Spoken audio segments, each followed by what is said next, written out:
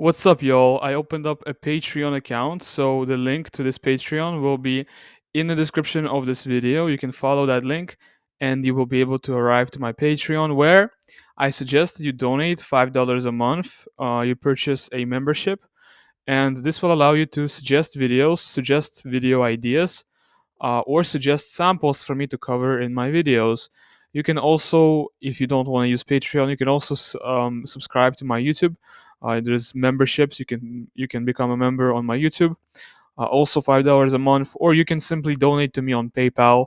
And in your donation on PayPal, you can write whatever sample you want me to cover in your donation, and I will read that, and I will make sure that I try to get those samples for you and cover those in my videos. So that's how I want to try and make a little bit of money doing what I do on YouTube, because I do have to spend a little bit of money for hosting these genomes, this genome database, because I have to. You see, it says 20 gigabytes out of 100 used, and for 100 gigabyte storage, I actually have to pay for that a little bit. So I do have to pay for this very large storage that I where I store all these genomes. So I would like to earn a little bit as well, and I am not earning all that much, to be honest. So I would appreciate it if you guys donated on Patreon or YouTube memberships or PayPal. I will link. Actually, I will leave probably as an overlay for this introduction. You will probably see my email and my name and my phone number as an overlay for this video, for this little introduction that you can use to donate to me on PayPal. In your donation, if you donate through PayPal, make sure you leave your email so that I could reach out to you. And also make sure you leave some kind of, um, you leave out a couple samples for me to make sure I can find at least some of them. If I can't find one sample, I can find another one. So make sure you leave out a couple samples you want me to look out for. Well, once we got over this topic, let's get into the topic of the video for today. In this video, we will actually be looking at the DNA results of Luchia Mish, which is a genome of a Siberian hunter-gatherer who lived in Russia in eastern Siberia 7,000 years before present, so 5,000 years before the Common Era. This individual was male. He had paternal lineage C2b and mitochondrial lineage D4b. Very, very interesting. Now let's get into his results with G25.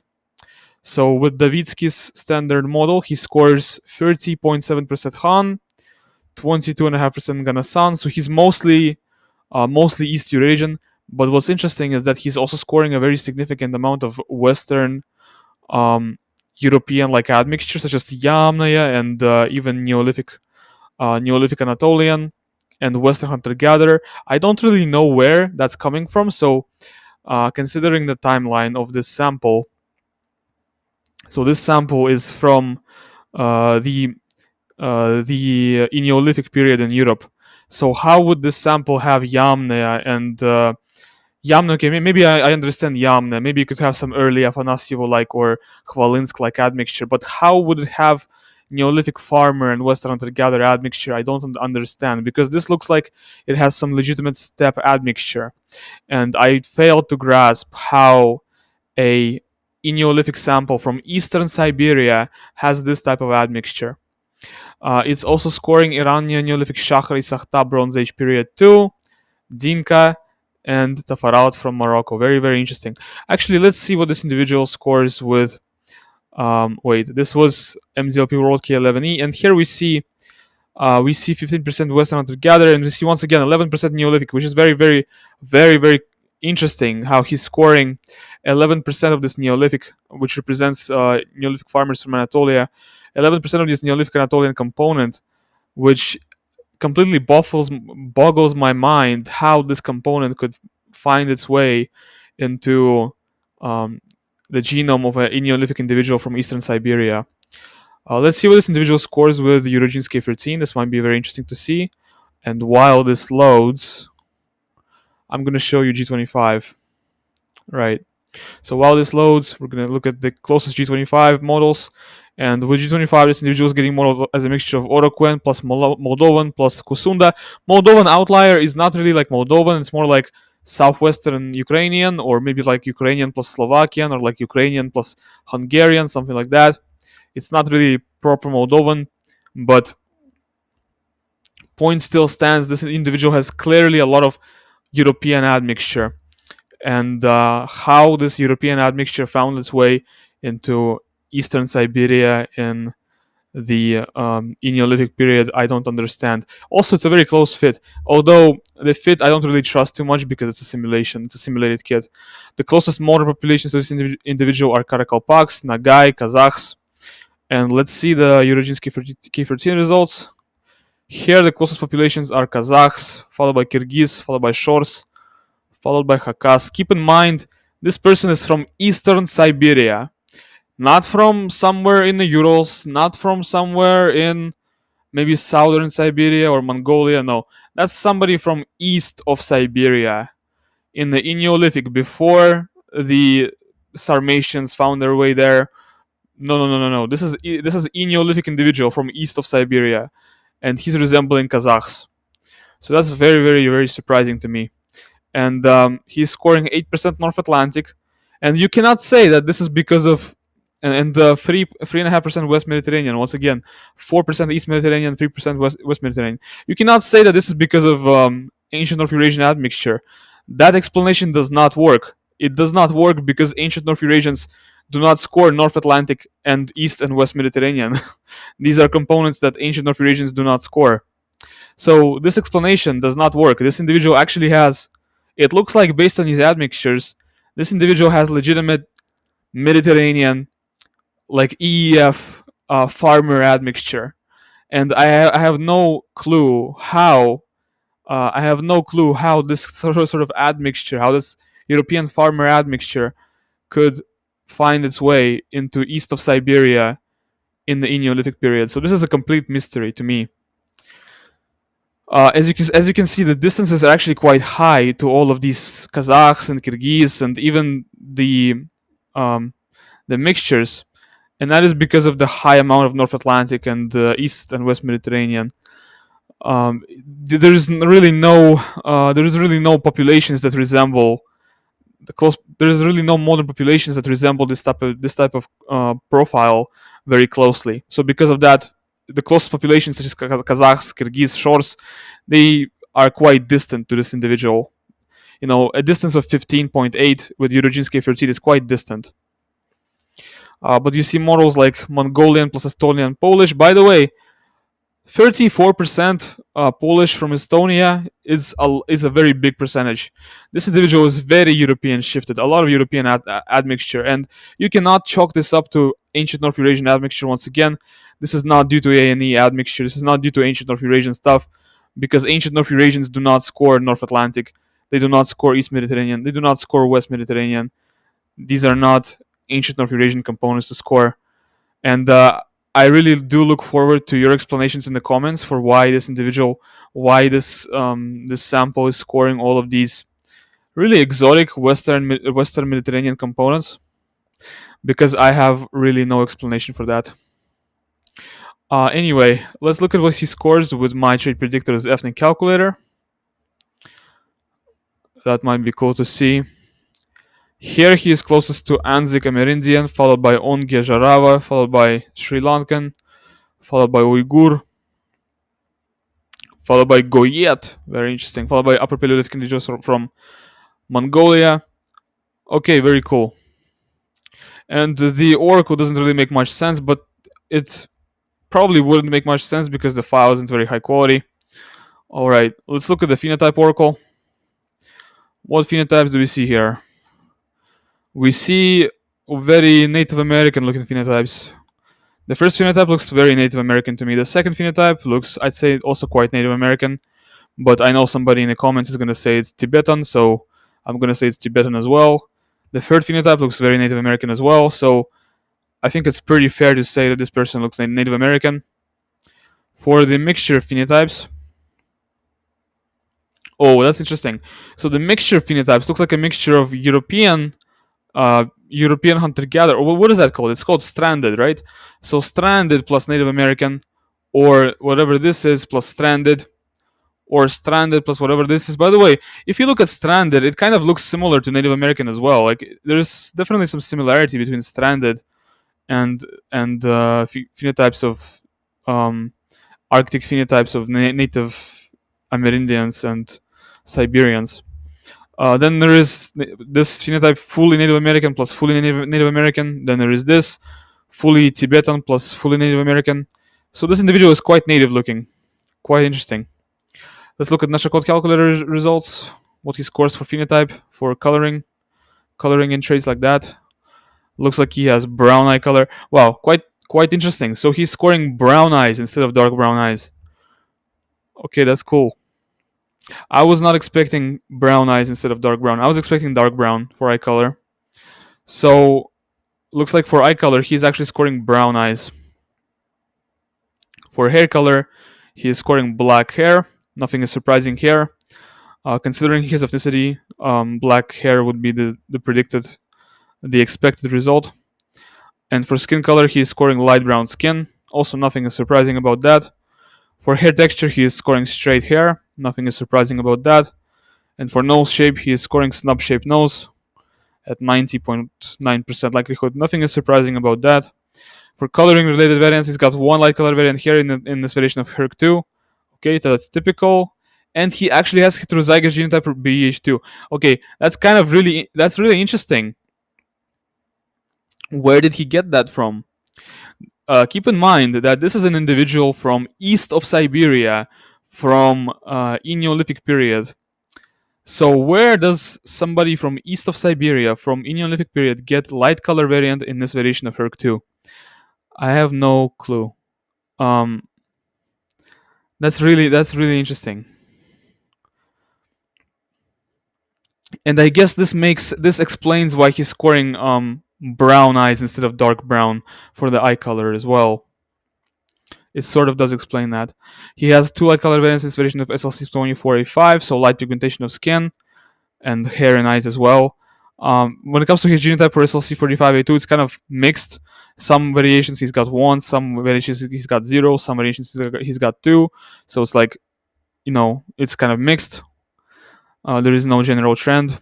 He has one light color variant in here in area 4, which is really surprising once again, because that's an extremely European hunter-gatherer genotype to have.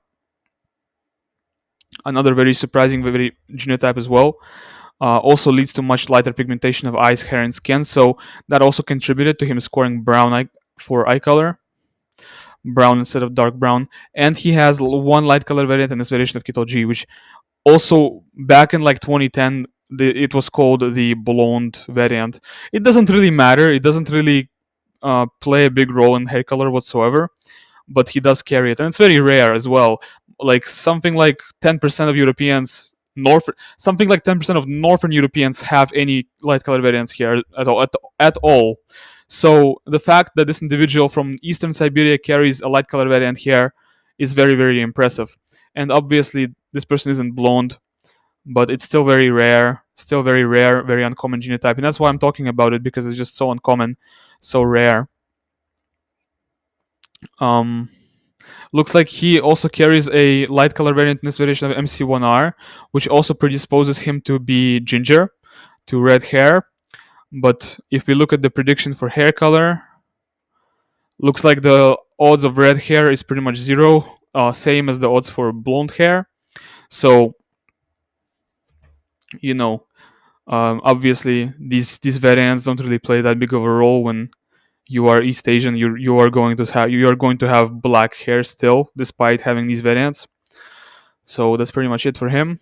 Let's look at the phenotype. Well, we already looked at that. Phenotype oracle looks pretty much like this. Looks like he's Native American in phenotype. Let's look at the facial morphology panel. Actually, let's look at that. So for the facial morphology panel, he has one genotype where he's heterozygous for EDAR, and another genotype where he has a European genotype in EDAR. That's very interesting. So 2 EDAR genotypes and only one East Asian allele in two of the East Asian variations. So that's 1 out of 4 East Asian variants. Very, very cool. He's got a genotype for shorter mid-face length. He's got a genotype for intermediate odds of protruding nasal bridge, smaller nose size, and lower odds of missing teeth. Pretty cool. Let's look at biomarkers. Looks like he has higher odds of vitamin D levels. That's really good to see. So he's got predisposition to higher levels of vitamin D. He's got predisposition to higher levels of LDL cholesterol, which is bad. Lower levels of HDL cholesterol, which is also bad. Higher levels of glucose. Higher levels of hemoglobin. Higher blood pressure, which is unfortunate, but it's still okay. It's still kind of in a general average range. Average level of iron in the blood. Actually, I don't know. Let's look up hemochromatosis. He might have some hemochromatosis variants, actually. Nope, nothing was found in the file for hemochromatosis in the HFE gene. There's some other variations that contribute to the score that are not in the HFE gene, but only the HFE gene variants show up on the screen. So, obviously, the score is not even. Like, if you see 120.000, that means nothing was found in the file. If you see something like this, that means there was stuff that was found in the file, but it's just not showing up on the screen because I didn't consider it to be important enough to show it on the screen. Looks like he has above average level for sex hormone binding globulin, above average level of red blood cell count in blood, above average level for telomere length, so definitely predisposed to be longer for lifespan, and much shorter for stature. So he's predisposed to be shorter in height. Very interesting. Okay, now let's look at the polygenic risk scores. What his predispositions are here. I'm going to ignore everything that is 1, close to 1, everything that is close to average. He has low score for kidney stones, high score for hemoglobin E disease, low score for migraine, low score for gout, low score for thyroid cancer, low score for eczema. He's got high score for exfoliation glaucoma. He's got low score for cataracts. He's got high score for age-related macular degeneration. He's got low score for rheumatoid arthritis. He's got low score for Tourette's. He's got slightly high score for epilepsy. He's got below average score for asthma. He's got below average score for leukemia. He's got slightly above average score for myopia. He's got slightly above average score for corneal astigmatism. He's got high score for primary biliary cirrhosis. He's got below average score for stroke.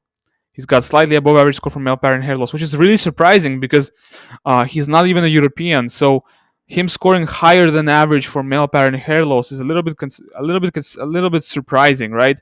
Because typically non-Europeans will score below 1 for this trait.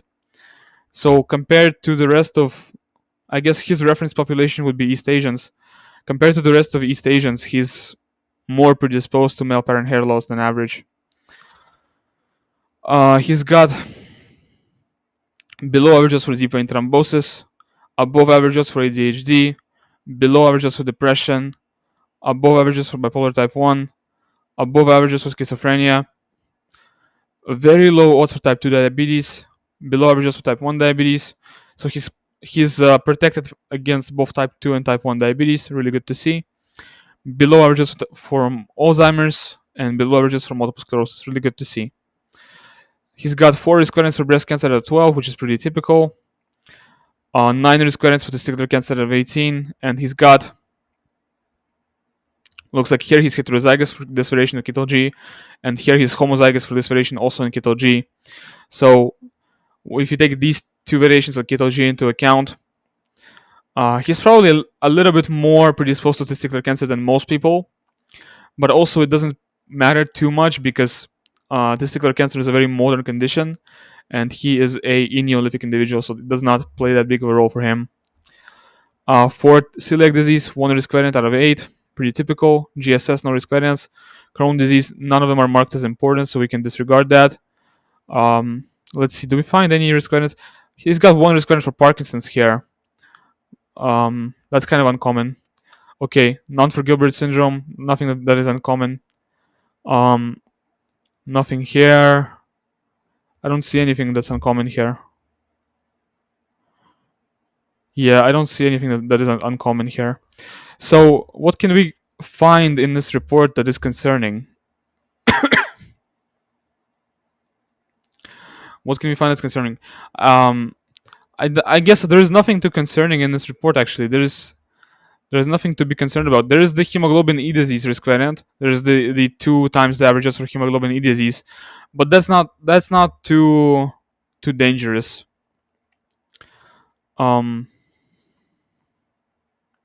Yeah, there's actually not too much to be concerned about in this report. Let's go through the monogenic traits and find out if there is anything else.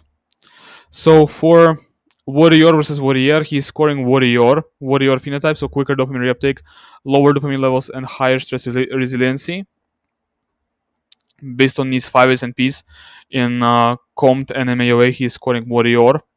For dopamine D2 receptor sites in the brain, he's scoring higher number of dopamine D2 receptor sites, so higher predisposition to such conditions as schizophrenia and bipolar. For levels of 5-HT and serotonin, it looks like he's scoring higher levels of 5-HT and serotonin.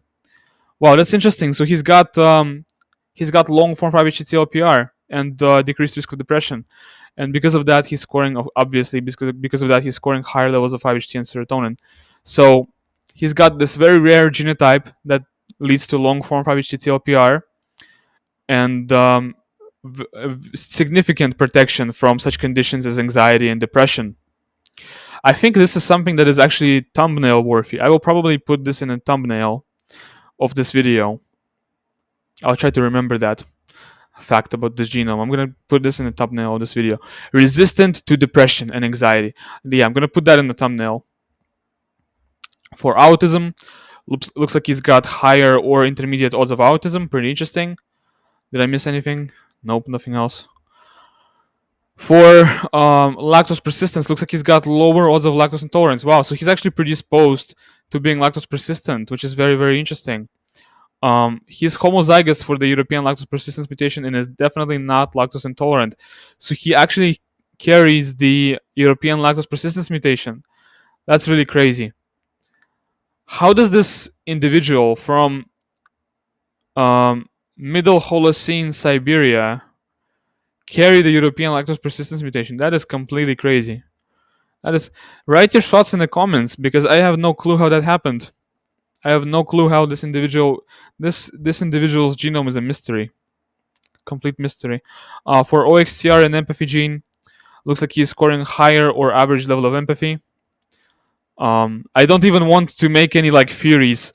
I think this individual has some Yamnaya ancestry, or some Proto-Yamna, some Repen, or Sredny Stok ancestry. I don't even want to make any such theories, because I know it is complete. I'm gonna be wrong. I don't want to make any assumptions like that. So I will leave the process of making assumptions to my viewers. So if you want to be wrong, I will leave that up to you. But I'm just going to present to you the DNA, right, and the really interesting sample.